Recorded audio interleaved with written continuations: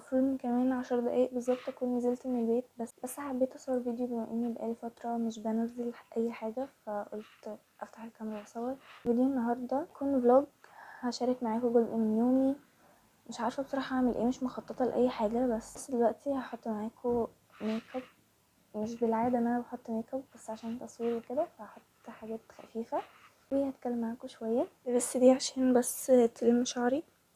زمان ما كانش عندي افكار فيديوهات اصورها، ولما كان بيجيلي افكار فيديوز كنت بكسل وبقول لا، مع اني يعني ضيعت كذا مرة تصوير في اماكن حلوة وكانت هتبقى فيديوهات حلوة قوي، بس اللي كنت بكسل. حطيت ليب بالم، وفي اوقات فعلا كان بيبقى عندي ضغط في الدروس وبيبقى عندي ضغط في المذاكرة، او ان انا بلعب وخلاص ومش بعمل اي حاجة ولا بذاكر ولا بعمل حاجة. بس الفكرة ان الموضوع كان بالنسبة لي كنت حاجة تقيل عليا شوية ان انا افتح الكاميرا واصور.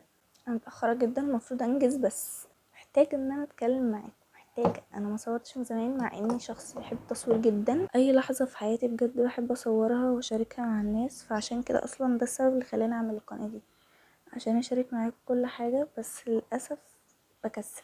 ما كنتش محتاجة كل ده لاني اصلا مش بحط ميك اب وانا رايحة الدرس، بس عادي بقى. الفترة اللي فاتت دي يعني برغم ان انا ما كنتش بنزل اي فيديو، بس بصراحة التفاعل على القناة كان حلو قوي قوي. وصلنا 1000 مشترك، ودي حاجة انا كنت حابة ان انا اوصلها. انا كنت عامل فيديو مسحته تاني. اهداف السنة يعني بتاعتي ان انا اوصل 2000 سبسكرايب، وحاليا احنا 1300 وحاجة. ممكن الفيديو ده مش ناس كتير تشوفه لأ مش متفاعلة قوي، ممكن انزل الفيديو ده وغيب بعده شهرين.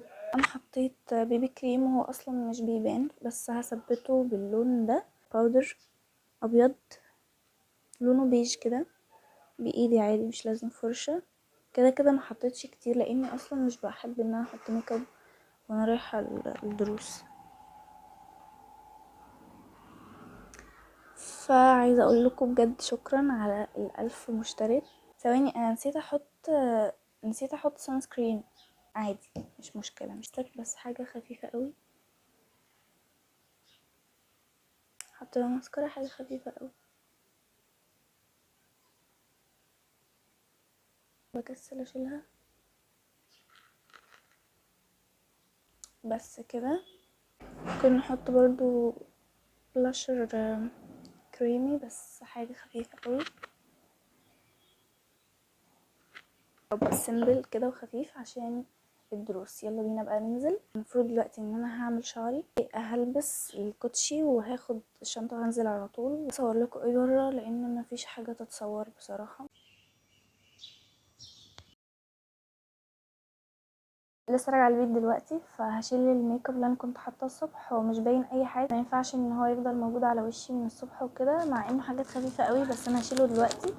وبعد ما اخلص هشرب عصير تفاح. القريبين مني قوي عارفين ان انا بعشق حاجه اسمها عصير تفاح، وعلشان انا ما فطرتش فجبت اندومي. كل اللي انا بعمله ده غلط، بس عادي بقى، يوم متلخبط من اوله. فهفك شعري، بس الاول هشيل الميك اب اللي انا حطيته الصبح.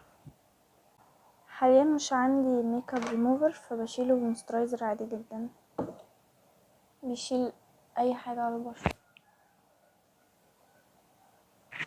فهشيله هوريكم المنديل هيبقى عامل ازاي. بصوا ده شكل المنديل من الماسكارا والحاجات اللي انا حطيتها الصبح. فدلوقتي بقى هغسل وشي وهسرح شعري هفكه، وبعد كده هنعمل اندومي. الساعه دلوقتي 2 وانا لحد دلوقتي ما فطرتش، فعشان كده جبت الاندومي فهعمله. طبعا ده تصرف غلط جدا، المفروض ان احنا نفطر قبل ما نمشي، بس انا عشان بكون مستعجله وكده فمش بحب اكل حاجه الصبح. ممكن اجيب مولتو او اجيب اندومي او عصير تفاح. انا كده غيرت هدومي، دلوقتي بقى هنروح نعمل الاندومي مع بعض. ذاكر كذا حاجه بس برضو مش دلوقتي، محتاجه ان انا افصل شويه. هنعمل الاندومي وهتفرج على حاجه وانا باكله، بعد كده هذاكر.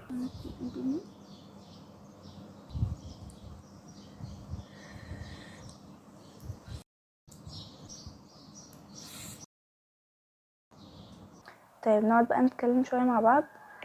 كذا حد سألني انت بتاخدي دروس فين او بتاخدي مع مين، بتتابعي مع مين وكده. انا بنزل سناتر، مش باخد اونلاين، بس في كذا مدرس كويسين برضو في الاونلاين، حلوين قوي، بالذات على اليوتيوب عليه مدرسين كتير قوي كويسين في كل المواد بصراحة. مثلا لو في درس انا ما حضرتهوش في السنتر ممكن ان انا احضره على اليوتيوب عادي. المدرسين اللي على اليوتيوب يعني بصوا ممكن يكونوا احسن كمان من السناتر في الشرح. وكمان اللي بيسأل بقى انت نظام مذاكرتك ايه والكلام ده، بصوا هو ما ينفعش تسألوا حد السؤال ده، لان انت ممكن تكوني بتذاكري بطريقة غيرك ما يكونش بيحب انه يذاكر بيها.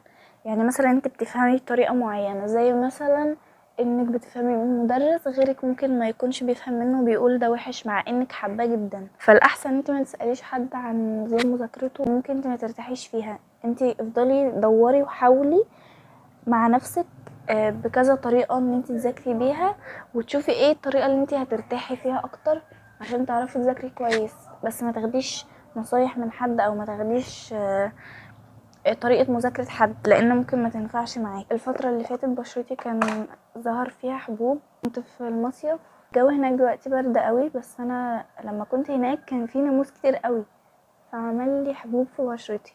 بس دلوقتي هي احسن بكتير، انا بشرتي من النوع اللي مش معرض للحبوب، يعني دلوقتي وشي احسن بكتير، مفهوش اي حبوب. انا الاول ما كنتش برطبه لاني كنت بكسل بصراحة، كنت بنزل دروس وباجي بغسل وشي بس وخلاص وبنام شويه واقوم اذاكر. بس دلوقتي حاسه ان البشره بقت مرتاحه اكتر لما بقيت اهتم بيها قوي.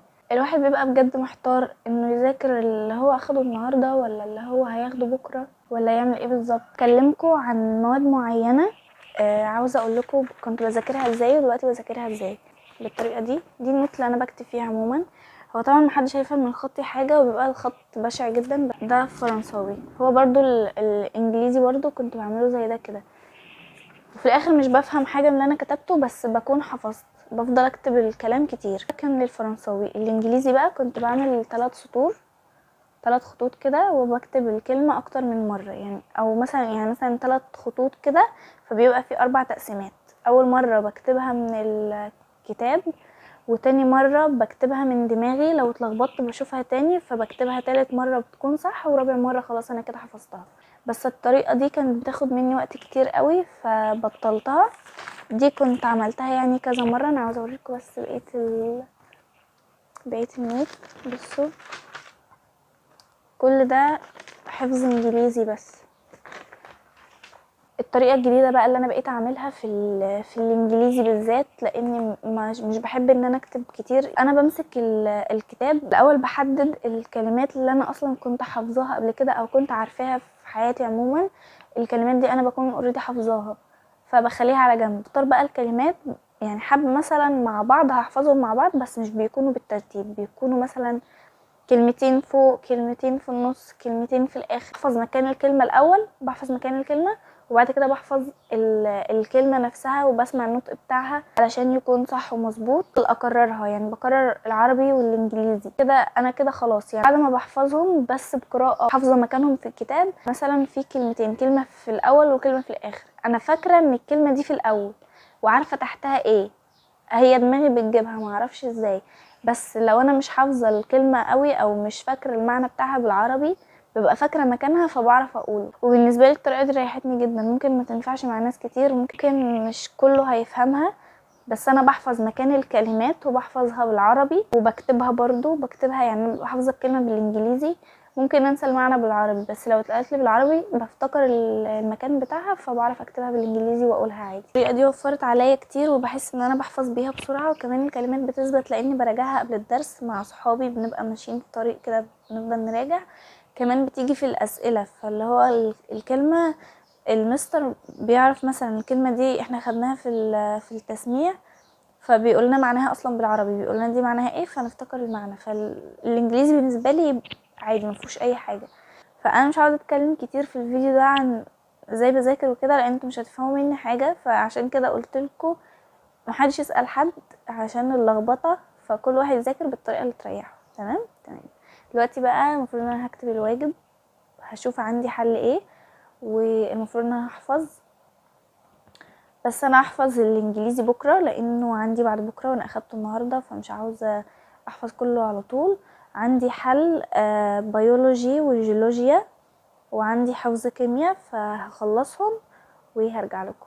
الفيديو ده يعتبر انه كان دردشة اكتر من انه تصوير لحاجة معينة. مفيش حاجة هعملها تاني غير ان انا هنام بس كده. ده كان فيديو النهاردة، وده كان اليوم بتاعي، يوم عادي جدا مفيهوش اي حاجة. متنسوش بقى تعملوا لايك للفيديو ده وسبسكرايب لو انتوا لسه مشتركتوش عشان نوصل 2000 سبسكرايب. بحبكم جدا واشوفكم في فيديو جديد.